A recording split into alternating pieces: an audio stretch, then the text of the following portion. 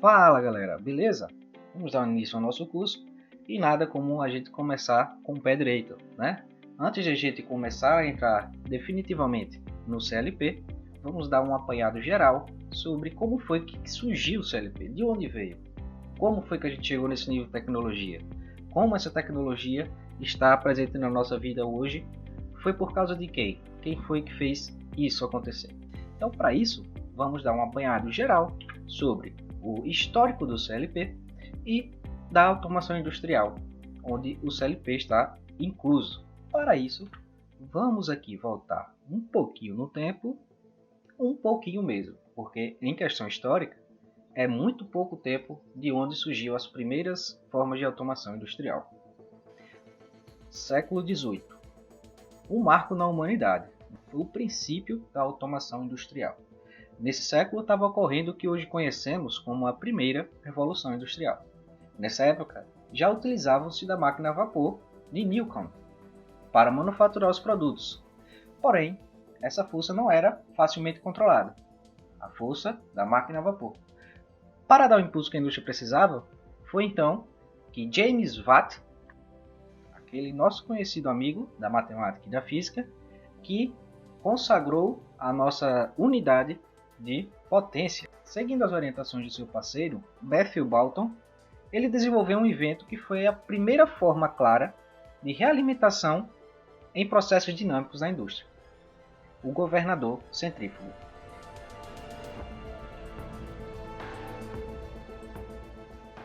Aqui nós podemos ver a máquina a vapor em geral e o invento de James Watt, que seria o governador centrífugo.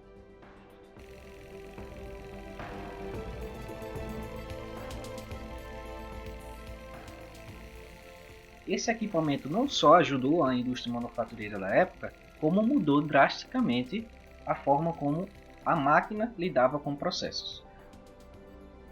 O governador centrífugo é uma máquina que funciona dinamicamente de acordo com o processo. Ele foi implementado na máquina a vapor com o intuito de controlar essa força que até então não era controlada. Ainda hoje essa máquina está em exposição em museu e existem muitos estudos acadêmicos, principalmente na área de controle de processos, onde diz que essa foi a primeira forma de realimentação em uma máquina industrial. Essa teoria que Watt implementou na época não foi tão explorada nesse período.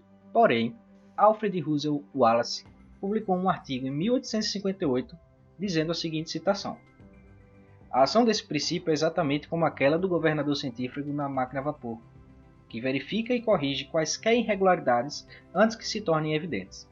E de maneira semelhante, nenhuma deficiência no desequilíbrio do reino animal pode jamais atingir uma magnitude exagerada. Essa mensagem pode ser um pouco sensacionalista, porém, ela impulsionou até mesmo Charles Darwin a publicar a obra A Origem das Espécies. A gente sabe que Charles Darwin foi o pai da seleção natural, né? É uma área totalmente diferente da que a gente está falando aqui, mas faz parte da ciência, e isso é o que importa para a gente. Todavia, a integração da automação ocorreu no ano de 1909, quando Henry Ford implementou a linha de montagem no modelo T, na General Motors. Esse período ficou conhecido como a Segunda Revolução Industrial. Estudiosos afirmam que a Terceira Revolução Industrial surgiu logo após a Segunda Guerra Mundial, o que impulsionou o uso da energia nuclear, além da forte disseminação que houve na eletrônica e na robótica. Podemos hoje estar vivendo a Quarta Revolução Industrial, com foco agora nos dados e na integração de sistemas. Mas isso deixaremos para um próximo apanhado histórico. Voltando para o século XIX, foi onde começou a surgir a computação. Os primeiros computadores entraram em cena logo após o fim da Segunda Guerra, mas usando lógica digital e eletrônica analógica. Ou seja, utilizava-se de relés eletromecânicos e válvulas elétricas. Os bugs nesses equipamentos eram recorrentes.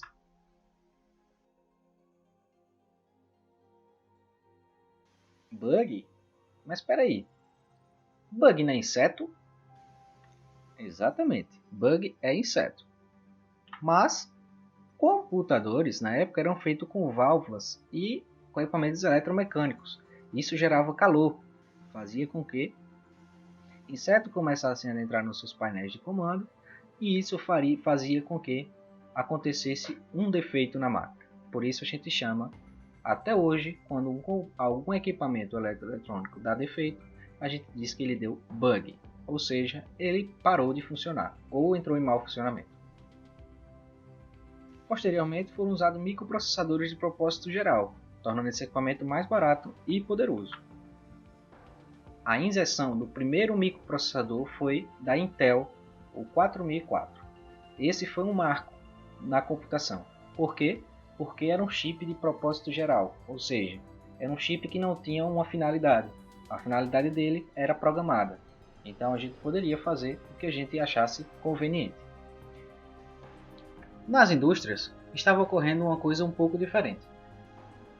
Toda a lógica que era feita para a máquina era feita exclusivamente através da lógica cabeada, sendo utilizados circuitos baseados em relés eletromecânicos, lógica pneumática ou eletropneumática, lógica hidráulica ou eletrohidráulica, além de portas lógicas eletrônicas e alguns flip-flops.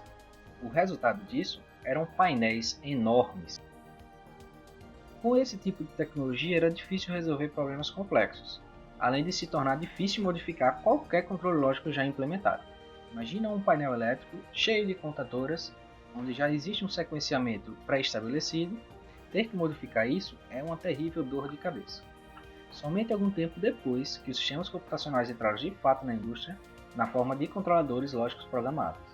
No entanto, o CLP se mantém diferente dos computadores de propósito geral, uma vez que seu hardware é projetado para trabalhar em ambientes industriais. O CLP foi concebido dentro da indústria automobilística americana em 1968.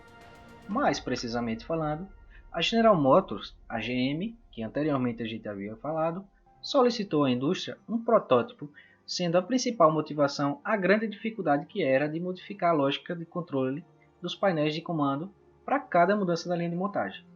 Imaginem vocês, a GM já estava em uma época onde existiam vários tipos de modelos de carros sendo montados. Se para cada carro tivesse um sequenciamento diferente, eles teriam que modificar todo o painel. Há indícios de que pessoas falavam que era melhor fazer um painel do zero do que você ter que modificar um painel. Nesse ano, um engenheiro da GM e Dramatic, chamado Bill Stone, apresentou um documento em uma conferência em Westinghouse, descrevendo os desafios que ele enfrentou em sua fábrica. Ele descreveu uma necessidade da indústria com base na experiência real e afirmou que era necessário um sistema modular e robusto para reduzir o tempo da inatividade. Várias empresas responderam à ligação, incluindo a Allen Bradley, Digital Equipment Corporation e a Century Detroit. Mas dentro da própria GM, o primeiro protótipo foi produzido. Dessa forma, sob a liderança de Richard Morley, que, na verdade, conhecemos hoje ele como o pai do CLP, engenheiro da Hydronic Division, foi especificado um sistema com as características que atendiam a necessidade por flexibilidades presentes na indústria manufatureira da época. Podemos achar hoje uma entrevista atual onde foi feito perguntas ao próprio Richard Morley sobre o futuro do CLP, o futuro das tecnologias industriais. Deixo aqui como sugestão assistirem a essa entrevista. O sistema especificado pela GM possuía as seguintes características: facilidade de programação, facilidade de manutenção com o conceito plug-in, ou seja, só encaixar e botar para funcionar, alta confiabilidade, dimensões menores que a dos painéis elétricos, preço competitivo, envio de dados para processamento centralizado, sinais de entrada de 115 volts AC e sinais de saída a 115 volts AC, expansão para mais módulos e no mínimo 4.000 palavras de memória. Guardem bem essa informação, 4.000 palavras de memória. Iremos trabalhar muito com memória daqui para frente. Foi então que aí surgiu o primeiro protótipo, o Modicon 084. Essa palavra significa Modular Digital Controller, onde, na verdade, era um controlador digital modularizado. Ainda hoje temos linhas empregando tecnologias atuais com esse nome. esse nome foi comprado pela Schneider Electric e até hoje nós temos novos CLPs da linha Modicon.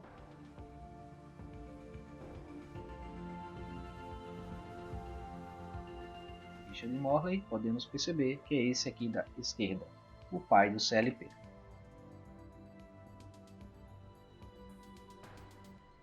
Pois bem, galera, terminamos uma aula sobre um apanhado histórico que vai dar base para a gente prosseguir no nosso curso. Espero que vocês tenham gostado e continue conosco.